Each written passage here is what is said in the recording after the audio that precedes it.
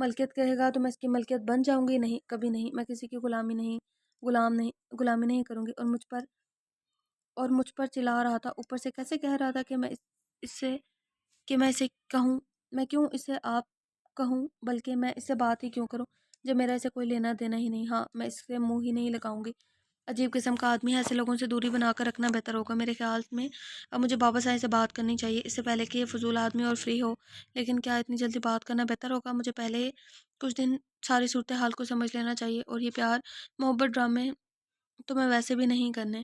میں بابا کو بھی بتا دوں گی کہ میں یہاں صرف اپنی جائیداد کے لیے آئی ہوں، مجھے ان کی پراپرٹی میں اپنا حصہ چاہیے جو میرے آنے والی زندگی کو آسان کر دے گا، آسان کر دے۔ میں ان سب کو پہلے ہی کلیئر کر دوں گی کہ میں یہاں صرف اپنی جائیداد کے لیے آئی ہوں، اور جائیداد کے نام کے کام میں بھی کافی دن لگ جائیں گے۔ بہتر ہے میں اس آدمی کے منہ ہی نہ لگوں، تو نہ نہ تو میں اس کے سامنے آؤں اور نہ اس سے زیادہ بات کروں گی۔ یہ جب میرے سامنے آتا ہے فضول کی حرکتیں کرنا شروع کر دیتا ہے، اسے دوری بنا کر رکھنا پڑے گی۔ یہ آدمی میرے لیے برا ثابت ہو سکتا ہے۔ وہ اپنی ہی سوچوں میں مصروف تھی کہ اس کا فون بجا، اس کے فون پر سمرا کا فون کم ہی آتا تھا۔ اس نے یقیناً اپنے لالچ کے لیے فون کیا ہوگا، ورنہ پھر مستری لاتے فون کو کون سے لگا چکی تھی۔ کیسی ہو میری جان؟ میں تمہیں بہت مس کر رہی ہوں۔ ابھی تمہیں گئے ہوئے کتنے ہی دن ہوئے ہیں، اور دیکھو مام، ابھی کچھ نہیں ہو سکتا، ابھی میں ان سے بات نہیں کر پائی۔ بابا بہت زیادہ بیمار ہیں، ان کی طبیعت کچھ ٹھیک ہوگی تو میں ان سے بات کروں گی، تب تک کے لیے آپ بار بار فون کر کے مجھے ڈسٹرب نہ کریں۔ وہ ایک ہی لائن میں اپنی بات مکمل کرتی فون کاٹ چکی تھی۔ اس کا موڈ بہت خراب ہو چکا تھا۔ وہ جانتی تھی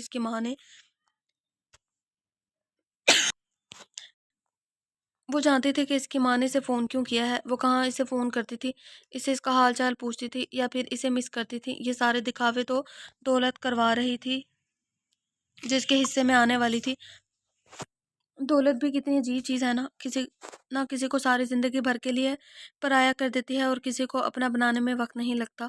وہ بھی تو یہی کر رہی تھی جس سے وہ کوئی رشتہ نہیں رکھنا چاہتی تھی۔ دولت کے لیے ان کے پاس آ گئی تھی، جائیداد میں اپنا حصے کے لیے یہاں تک آئی تھی۔ اس میں اور سمرہ میں کیا فرق تھا؟ سمرہ بھی پیسوں کے لیے کچھ بھی کر سکتی تھی، اور وہ بھی پیسوں کے لیے اپنے ہی باپ کی جذبات کے ساتھ کھیل رہی تھی، لیکن فرق تھا، سمرہ نے وہ بھوک نہیں دیکھی تھی جو اس نے دیکھی تھی۔ سمرہ نے زندگی کے ہر مشکل قدم پر اپنے حسن کو استعمال کیا تھا، لیکن وہ یہ نہیں کر پائی تھی۔ اس نے کبھی اپنی زندگی میں کسی غیر مرد کو جگہ نہ دی، کیونکہ وہ بچپن سے جانتی تھی کہ اس کے جسم اور روح پر کس کا حق ہے، اور وہ شخص اپنا حق سود سمیت واپس لے گا۔ وہ بہت چھوٹی سی تھی، صرف 4 سال کی، لیکن وہ دن آج اسے یاد تھا جب اسے دلہن بنایا گیا تھا۔ اس پر کسی قسم کی کوئی زور زبردستی نہیں کی گئی تھی، اس نے خود اپنی مرضی سے نکاح نامے پر اپنے ٹیڑھے میڑھے سائن کیے تھے۔ کتنی خوش تھی وہ اس دن اس کا دوست، اس کا بیسٹ فرینڈ ہمیشہ کے لیے اسے دے دیا گیا تھا۔ اب نہ تو وہ ثنا کے ساتھ کھیل سکتا تھا، اور نہ ہی کسی اور کو دوست بنا سکتا تھا۔ اس پر صرف در نور کا حق تھا اس کی زندگی میں کبھی بھی کچھ اچھا نہیں ہوا تھا، اسے یادگار بنا کر ہمیشہ یاد رکھتی۔ اس نے اپنی زندگی میں صرف مشکلات ہی دیکھی تھی، اور ان سب چیزوں سے پہلے جو 4 سال کی عمر میں اس کے ساتھ ہوا تھا، وہ چیز یادوں میں بار بار یاد کرنے کی وجہ سے ذہن کے پردوں میں محفوظ ہو گیا تھا، جس پر سید آرام شاہ کے نقش بہت مضبوط تھے۔ وہ پہلے نہیں جانتی تھی کہ اس کا درام کے ساتھ جو رشتہ ہے وہ اتنا مضبوط ہے، لیکن پھر اس کی ماں نے اسے بتایا تھا کہ اگر اپنے باپ کے ساتھ جائے گی تو اسے ہمیشہ کے لیے وہاں قید کر لیا جائے گا، کیونکہ وہ درام شاہ کے نکاح میں ہے۔ وہ اس پر حق رکھتا ہے، اس کو ماننے یا نہ مانے کوئی فرق نہیں پڑتا، وہ اس کے ساتھ جو بھی چاہے کر سکتا ہے۔ اسی لیے وہ چاہتی تھی کہ درام سے دور رہے، اسے فاصلہ بنا کر رکھے، کیونکہ اس کے ارادے صاحب بتا رہے تھے کہ وہ اسے آسانی سے نہیں چھوڑے گا، لیکن وہ تو سمرہ کی بیٹی تھی، اسے مجبور کر دے گی طلاق دینے پر۔ وہ درام شاہ کے سامنے اپنے آپ کو اس طرح سے پیش کرنے والی تھی کہ وہ کبھی بھی اسے اپنی بیوی کے روپ میں قبول نہ کرے۔ تو ہم اپنے ایپیسوڈ کو یہیں پر اینڈ کرتے ہیں۔ اب آپ خود دیکھیں، 1.5 گھنٹے سے کنٹینیوس میں ریکارڈ کر رہی ہوں، ٹھیک ہے، اور 80 پیجز ہوئے ہیں وائس اوور میں، اور میری آواز، میرا گلا قسم سے مجھے اجازت بالکل نہیں دے رہا ریکارڈنگ کرنے کی، لیکن پھر بھی آپ لوگوں کے لیے میں ریکارڈ کر رہی ہوں۔ خیر، ملتے ہیں نیکسٹ ناول کے ساتھ۔ کوشش کروں گی کہ اس سے زیادہ 2.5 گھنٹے یا 3 گھنٹے کا ناول وہ ایپیسوڈ لے کر آؤں آپ لوگوں کے لیے۔